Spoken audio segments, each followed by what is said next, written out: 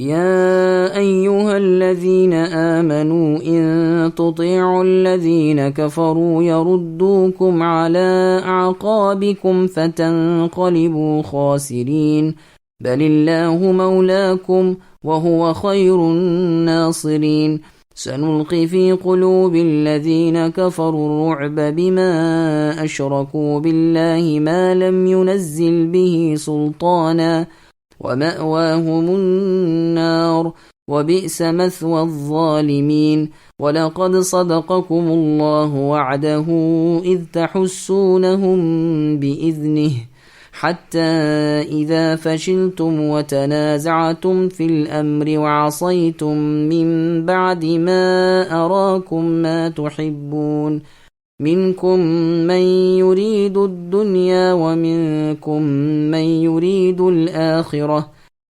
ثم صرفكم عنهم ليبتليكم ولقد عفا عنكم والله ذو فضل على المؤمنين إذ تصعدون ولا تلوون على أحد والرسول يدعوكم في أخراكم فأثابكم غما بغم لكي لا تحزنوا على ما فاتكم ولا ما أصابكم واللہ خبیر بما تعملون۔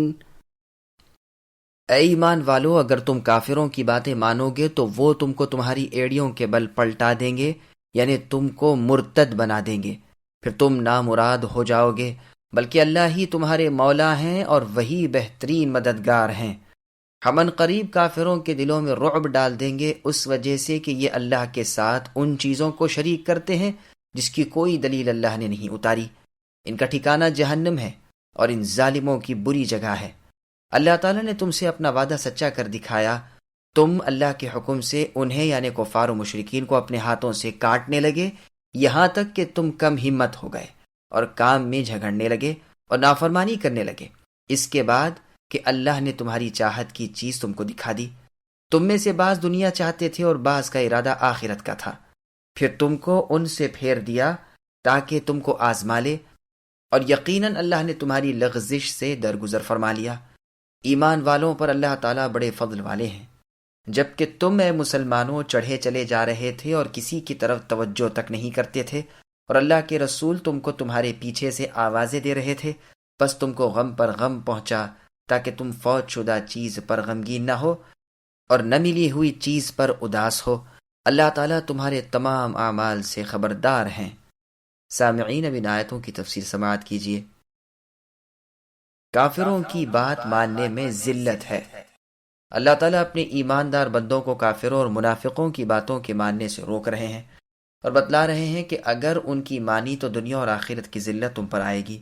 ان کی چاہت تو یہی ہے کہ تم کو دین اسلام سے ہٹا دیں۔ پھر آگے اللہ فرماتے ہیں کہ مجھ ہی کو مولا اور مددگار جانو، مجھ ہی سے دوستیاں کرو، مجھ پر ہی بھروسہ کرو، مجھ سے ہی مدد چاہو۔ پھر آگے اللہ نے فرمایا کہ ان شریروں کے دلوں میں بوجہ ان کے کفر کے میں ڈر خوف ڈال دوں گا۔ بخاری اور مسلم میں جابر بن عبداللہ رضی اللہ عنہما سے روایت ہے کہ رسول اللہ صلی اللہ علیہ وسلم نے فرمایا، مجھے 5 باتیں دی گئی ہیں جو مجھ سے پہلے کسی نبی کو نہیں دی گئیں۔ میری مدد رعب سے کی گئی ہے مہینے بھر کی راہ تک۔ میرے لیے زمین، مسجد اور وضو کی پاکی چیز بنائی گئی ہے۔ میرے لیے غنیمت کے مال حلال کیے گئے اور مجھے شفاعت دی گئی، اور ہر نبی اپنی اپنی قوم کی طرف خاصتاً بھیجا جاتا تھا، اور میری بعثت اور میری نبوت تمام دنیا کے لیے عام ہوئی۔ مسند احمد میں ہے، اللہ کے رسول فرماتے ہیں، اللہ تعالیٰ نے تمام نبیوں پر اور بعض روایتوں میں ہے تمام امتوں پر مجھے 4 فضیلتیں عطا فرمائی ہیں۔ مجھے تمام دنیا کی طرف رسول بنا کر بھیجا گیا۔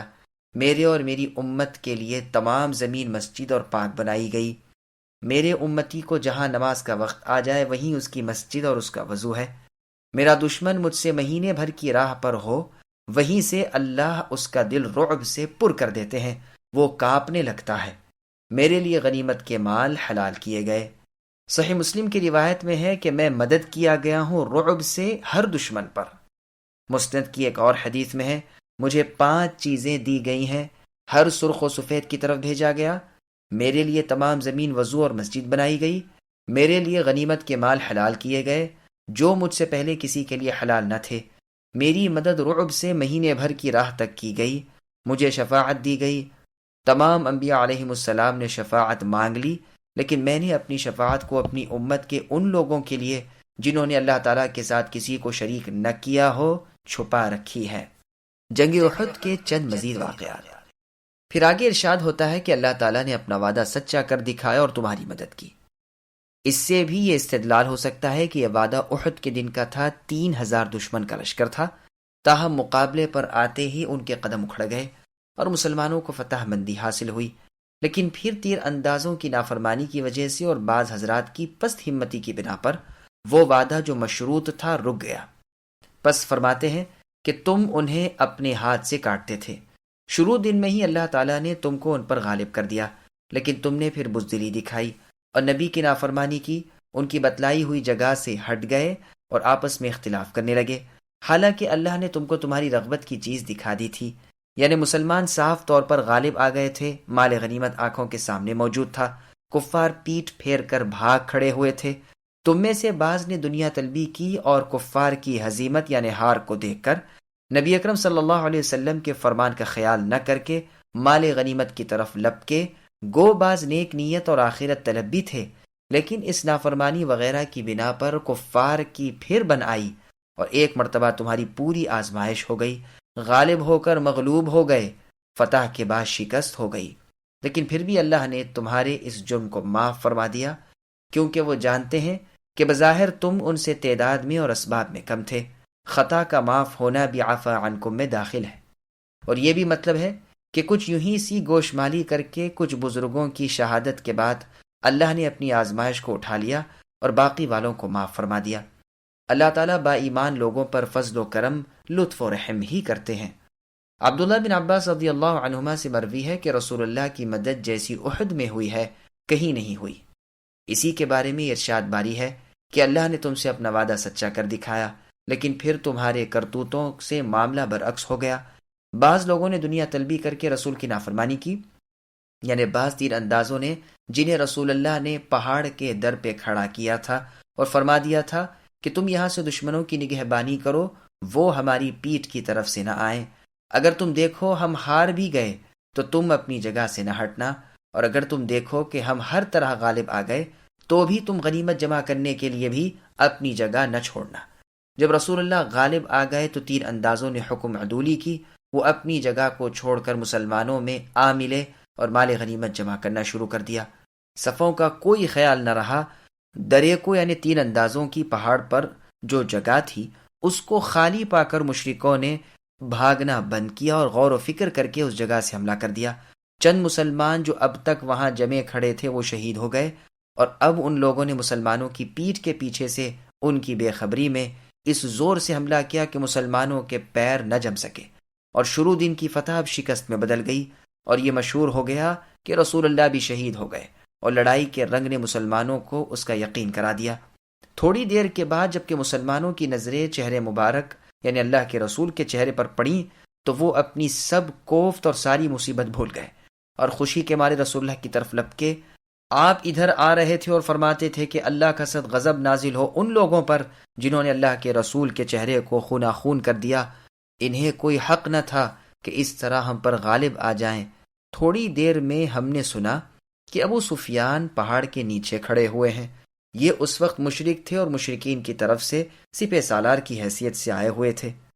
وہ کہہ رہے تھے اعلو حبل، اعلو حبل، یعنی ہمارا بت حبل اس کا بول بالا ہو، حبل بت کا بول بالا ہو۔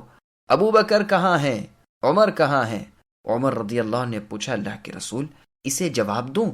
آپ نے اجازت دی تو عمر فاروق رضی اللہ عنہ نے ابو سفیان کے جواب میں فرمایا اللہ اعلی و اجل، اللہ اعلی و اجل، اللہ بہت بلند ہے اور جلال و عزت والے ہیں، اللہ بہت بلند اور جلال و عزت والے ہیں۔ ابو سفیان پوچھنے لگے بتاؤ محمد کہاں ہیں؟ ابو بکر رضی اللہ عنہ کہاں ہیں؟ عمر کہاں ہیں؟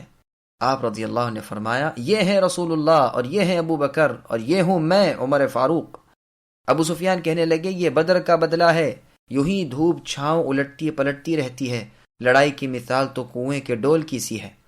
عمر رضی اللہ عنہ نے فرمایا برابری ہرگز نہیں، تمہارے مقتول کفار و مشرکین جہنم میں گئے اور ہمارے شہداء مسلمان جنت میں پہنچے۔ ابو سفیان کہنے لگے اگر یوں ہی ہے تو یقیناً ہم نقصان اور گھاٹے میں رہے۔ سنو تمہارے مقتولین میں بعض ناک کان کٹے لوگ بھی تم پاؤ گے، گویا یہ تمہارے بعض مقتولین کے ساتھ ہمارے سرداروں کی رائے سے مسئلہ نہیں ہوا، لیکن ہمیں برا بھی نہیں معلوم ہوا۔ یہ روایت حاکم وغیرہ کی ہے۔ بہرحال ابن ابی حاتم اور بیہقی کی دلائل النبوہ میں بھی یہ مروی ہے، اور صحیح احادیث میں اس کے بعض حصوں کے شواہد اور گواہیاں بھی موجود ہیں۔ مسند احمد میں عبداللہ بن مسعود رضی اللہ عنہ سے روایت ہے، فرماتے ہیں کہ احد والے دن عورتیں مسلمانوں کے پیچھے تھیں جو زخمیوں کی دیکھ بھال کرتی تھیں۔ مجھے تو پوری طرح یقین تھا کہ آج کے دن ہم میں کوئی ایک بھی طالب دنیا نہیں، بلکہ اس وقت اگر مجھ سے اس بات پر قسم اٹھوائی جاتی تو کھا لیتا، لیکن قرآن میں یہ آیت اتری منکم من یرید الدنیا، یعنی تم میں بعض طالب دنیا بھی ہیں۔ جب صحابہ رضی اللہ عنہم سے رسول اللہ کا خلاف ہوا اور آپ کی نافرمانی سرزد ہوئی تو ان کے قدم اکھڑ گئے۔ رسول اللہ کے ساتھ صرف 7 انصاری اور 2 مہاجر باقی رہ گئے۔ جب مشرکین نے رسول اللہ کو گھیر لیا تو آپ فرمانے لگے اللہ تعالیٰ اس شخص پر رحم فرمائے جو انہیں ہٹائے۔ تو ایک انصاری اٹھ کھڑے ہوئے اور اس جم غفیر کے مقابل تنے تنہا داد شجاعت دینے لگے، یہاں تک کہ شہید ہو گئے۔ پھر کفار نے حملہ کیا، رسول اللہ نے یہی فرمایا۔ پھر ایک انصاری تیار ہو گئے اور اس بے جگری سے لڑے کہ انہیں آگے نہ بڑھنے دیا، لیکن بالآخر یہ بھی شہید ہو گئے، یہاں تک کہ 7 صحابہ رضی اللہ عنہم اللہ کے ہاں پہنچ گئے، اللہ تعالیٰ ان سے خوش ہو۔ رسول اللہ نے مہاجرین سے فرمایا افسوس ہم نے اپنے ساتھیوں یعنی انصار سے منصفانہ معاملہ نہ کیا۔ اب ابو سفیان نے ہانک لگائی کہ اعلو حبل، آپ نے فرمایا کہو اللہ اعلی و اجل۔ ابو سفیان نے کہا لنا العزى ولا عزى لكم، ہمارے لیے ہمارا بت عزا ہے، تمہارے لیے کوئی عزا نہیں۔ رسول اللہ نے فرمایا اس کے جواب میں کہو اللہ مولانا والکافرون لا مولا لهم، اللہ ہمارے مولا ہیں اور کافروں کا تو کوئی مولا نہیں۔ ابو سفیان کہنے لگے آج کا دن بدر کے دن کا بدلہ، کوئی دن ہمارا اور کوئی دن تمہارا، یہ تو ہاتھوں ہاتھ کا سودا ہے، ایک کے بدلے ایک ہے۔ رسول اللہ نے فرمایا ہرگز برابر نہیں، اور ہمارے شہداء زندہ ہیں اور روزیاں دیے جاتے ہیں ان کے رب کے پاس، اور تمہارے مقتول کفار جہنم میں عذاب کیے جا رہے ہیں۔ پھر ابو سفیان بولے تمہارے مقتولوں میں تم دیکھو گے کہ بعض کے کان ناک وغیرہ کاٹ لیے گئے ہیں، لیکن میں نے نہ یہ کہا نہ اس سے روکا، اسے میں نے پسند کیا نہ ناپسند کیا، نہ مجھے یہ بھلا معلوم ہوا نہ برا۔